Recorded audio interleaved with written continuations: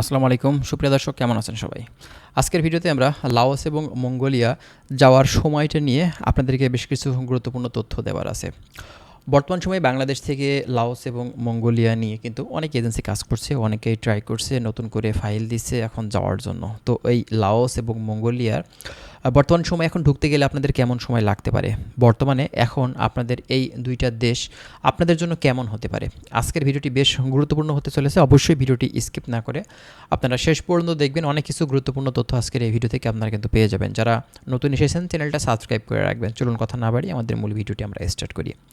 আচ্ছা, প্রথমত আপনাদেরকে বলি যে লাওস এবং মঙ্গোলিয়া এশিয়ার ভিতরেরই কিন্তু দুইটা দেশ। বর্তমান সময়ে এখন কিন্তু অনেকেই ট্রাই করছে এই দুইটা দেশে যাওয়ার জন্য। তবে দেখেন, লাওস এবং মঙ্গোলিয়ার ভিসা হওয়ার সময়টা কিন্তু খুবই সীমিত, একদম অল্প সময়ের ভিতরে বর্তমান সময়ে কিন্তু এখন ভিসা হয়ে যাচ্ছে।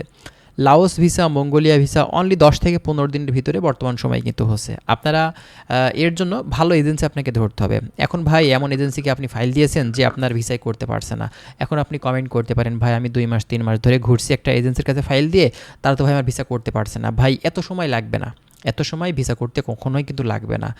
এটা লাগতে পারে কিসের জন্য? দেখা যাচ্ছে যে আপনি ভিসা করে ফেলেছেন, বিএমইটি ম্যান পাওয়ার ক্লিয়ারেন্স ট্রেনিংয়ের ব্যাপার আছে, ঠিক আছে? এগুলো দেখা যাচ্ছে আপনার যদি ভিসাটা 1 মাসের ভিতরে হয়ে যায়, তো বাদ বাকি প্রসেসিংগুলো করতে আপনার দেখা যাচ্ছে 10 থেকে 15 দিন লাগবে। 1.5 মাসের ভিতরে আপনি ফ্লাই করতে পারবেন। কিন্তু আপনার এজেন্সি যদি ভাই ভিসাই না করে, তাহলে আপনি যাবেন কীভাবে? তো এটা হচ্ছে মূলত কথা, আপনার এজেন্সি ঠিকঠাকভাবে কাজ করছে না, সেজন্যই কিন্তু ঝামেলাটা হচ্ছে। তো বর্তমান সময়ে লাওস এবং মঙ্গোলিয়ার ভিসাটা 1 মাসেরও অনেক কম সময়ে বর্তমান সময়ে কিন্তু এখন হচ্ছে 10 থেকে 15 দিন বা 20 দিনের ভিতরে কিন্তু এখন ভিসা করে ফেলছে ভালো ভালো এজেন্সি, যেগুলো আমরা নাম মেনশন করব না। নাম মেনশন করলে কিন্তু তাদের আবার দেখাচ্ছে মূলত হাইলাইট করা হয়। তো সে কারণেই দেখাচ্ছে অনেক এজেন্সি তাদের মাধ্যম দিয়ে ভিসা নাও করতে পারেন, নাও পেতে পারেন। তো সেক্ষেত্রে কিন্তু আবার ঝামেলা, ঠিক আছে? আমরা কোনো এজেন্সিকে প্রমোট করি না বা আমরা কোনো দেশের ভিসা নিয়ে কিন্তু কাজও করি না। আমাদের কাজ শুধুমাত্র আপনাদেরকে ইনফর্ম করা, ইনফরমেশন দেওয়া, ঠিক আছে? এটা হচ্ছে মূলত কথা। তো বর্তমান সময়ে লাওস এবং মঙ্গোলিয়া দুইটা দেশ খোলা আছে। বর্তমানে খুবই অল্প সময়ের ভিতরে আপনারা কিন্তু ফ্লাই করতে পারবেন। এবং এই দুইটা দেশে বর্তমান সময়ে আমি বলবো যে ভাই, কম টাকাতে ভালো স্যালারি বলতে গেলে এই দুইটা দেশে আপনি কিন্তু পাবেন, যেখানে একদম সর্বনিম্ন ইনকাম হলেও দেখা যাচ্ছে যে 40 থেকে প্রায় 60,000 টাকা একজন সাধারণ কর্মী বেতন পেয়ে থাকে। তো আপনি এই দেশটি ট্রাই করতে পারেন, অবশ্যই যদি আপনার মাধ্যমটা ভালো হয়ে থাকে। বিদেশ যেতে হলে ভাই অবশ্যই ভালো মাধ্যম ধরে যাওয়াটাই উচিত, কারণ যদি কোনো ভালো মাধ্যম না হয়ে থাকে সেক্ষেত্রে কিন্তু অনেকেই বাহিরের দেশে গিয়ে বিপদে পড়ে যায়। সেজন্য যারা বাইরে যাবেন চিন্তাভাবনা করবেন, বুঝে শুনে কাজ করবেন, তারপরে কিন্তু আপনারা ফাইল সাবমিট করবেন একটা এজেন্সিকে। এবং একটা এজেন্সির কাছে যখন আপনি ফাইল দিবেন, কমপক্ষে 1-1.5 মাস সেই এজেন্সিটা আপনারা কিন্তু ভেরিফাই করার চেষ্টা করবেন। এই এজেন্সি কোন কোন দেশ নিয়ে কাজ করছে, কেমন আসলে কর্মী তারা পাঠাচ্ছে, বা আদৌ তারা সেখানে কর্মী পাঠিয়েছে কিনা, যাদের পাঠিয়েছে তারা সেখানে ভালো আছে কিনা, ঠিক আছে?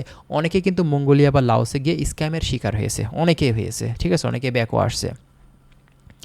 তো এক একটা এজেন্সির স্ক্যামের সিস্টেম এক এক রকম। কেউ ট্যুরিস্ট ভিসা দিয়ে সেখানে কিন্তু পাঠাচ্ছে, কেউ দেখাচ্ছে ওয়ার্ক ভিসাতে পাঠিয়েই সেখানে কাগজপত্র করে দিচ্ছে না। বিভিন্ন ধরনের সমস্যা কিন্তু অনেকেই অনেকভাবে ফেস করছে, ঠিক আছে? তো এই লাওস এবং মঙ্গোলিয়া এগুলো মূলত কাজের সিস্টেম কিন্তু একই রকম। হ্যাঁ, তো এ কারণেই আপনারা যারা যাবেন বুঝে শুনে সার্বিক দিক বিবেচনা করে ভালো তথ্য, ভালো সঠিক নিউজ নিয়ে তারপরে কিন্তু আপনারা একটা এজেন্সিকে ফাইল দিবেন। আশা করছি বিষয়গুলো আপনারা ক্লিয়ার হয়েছেন। আরও যদি আপনাদের বিস্তারিত জানার থাকে আপনারা কমেন্ট করতে পারেন, আমরা সেসব বিষয়গুলো নিয়ে পুনরায় কথা বলবো। ভালো থাকবেন। আজকের ভিডিওটি এখানে শেষ করছি। আল্লাহ হাফেজ।